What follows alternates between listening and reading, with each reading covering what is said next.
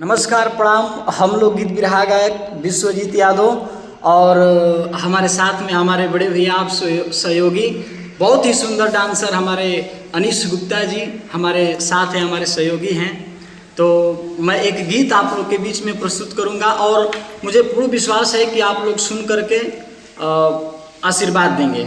एक जानी अपने सैया से कहतनी प्रदेश में कमातलन तो कहतनी कैसे कि राह चलिला तो टोकेला सोनार सैया जी। क्या बात है। राह चलिला तो टोकेला सोनार सैया जी। तो काहे नथिया गढ़वल उधार सैया जी। वाह क्या बात। काहे नथिया गढ़वल उधार सैया जी। एक लाइन और बात। अरे तो चूड़ी लाठी बाली बिंदिया हार का करी। तो चूड़ी लाठी बाली बिंदिया हार का करी।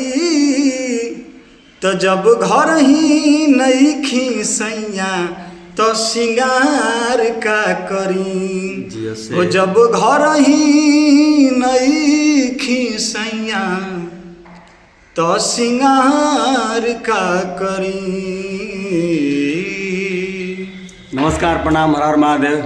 मैं डांसर अनीश गुप्ता और ये मेरे बड़े भाई विश्वजीत गायक, साथ ही में हम लोग पढ़ते भी हैं और ये बहुत मेहनत करते हैं, बहुत अच्छा गाना गाते हैं। गायक है।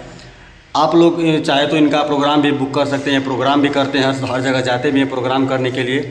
बहुत बढ़िया विरह गायक हैं और आप लोग चाहेंगे तो इनसे एक बार ज़रूर संपर्क करिएगा, कोशिश करिएगा कि मतलब अच्छा गाते हैं। एक बार कोशिश तो ज़रूर करना चाहिए आप सभी को।